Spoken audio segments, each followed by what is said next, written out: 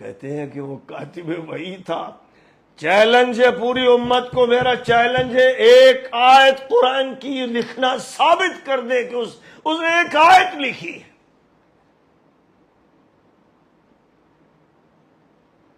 صحیح روایات سے یہ ثابت ہے کہ فتح مکہ کے بعد وہ اور اس کا باپ اسلام لایا. وہ ظاہری اسلام تھا، اور باپ نے یہ کہا حضور پاک علیہ السلام سے کہ مسلمان ہمیں اچھوت سمجھتے ہیں، شودر سمجھتے ہیں، کوئی پاس بیٹھتا نہیں، کوئی ملتا نہیں، ہم آتے ہیں تو اٹھ کے چلے جاتے ہیں، ہم لوگوں کو اچھوت بنا رکھا ہے، لہذا کرم فرما دیجئے، کوئی کام دے دیجئے میرے بیٹے کو، اس کو کچھ لکھنا آتا ہے.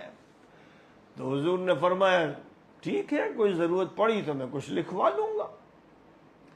اب یہ خبیث جھوٹے مکار فراڈی مولوی کہتے ہو کاتب وحی تھا، وہاں وحی تو نازل ہونا ہی بند ہو گئی تھی، وحی کی تو کوئی آیت باقی تھی ہی نہیں جس کو اس کے لکھنے کی ضرورت پڑتی. ممبروں پر 60 سال جن بدماشوں نے حضرت علی ابن ابی طالب کو گالیاں دی، ان کے جہنمی ہونے میں کوئی شک نہیں، وہ نبی کو گالی دیتے تھے.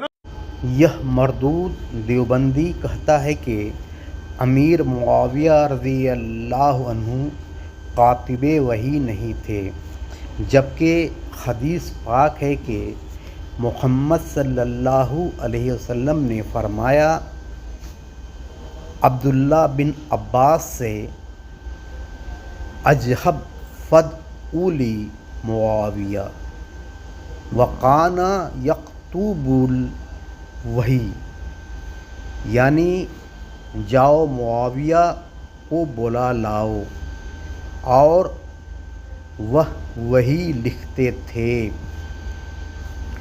دوسرا اس نے کہا کہ فتح مکہ کے بعد کوئی وحی نازل نہیں ہوا. فتح مکہ 8 ہجری میں ہوا.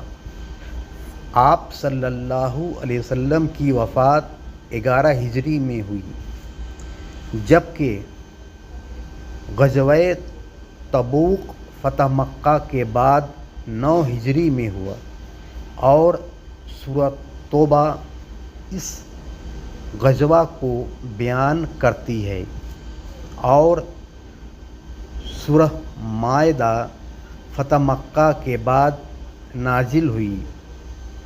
اس کے علاوہ بہت سی آیات فتح مکہ کے بعد نازل ہوئی ہے، یعنی 10% قرآن پاک فتح مکہ کے بعد نازل ہوا.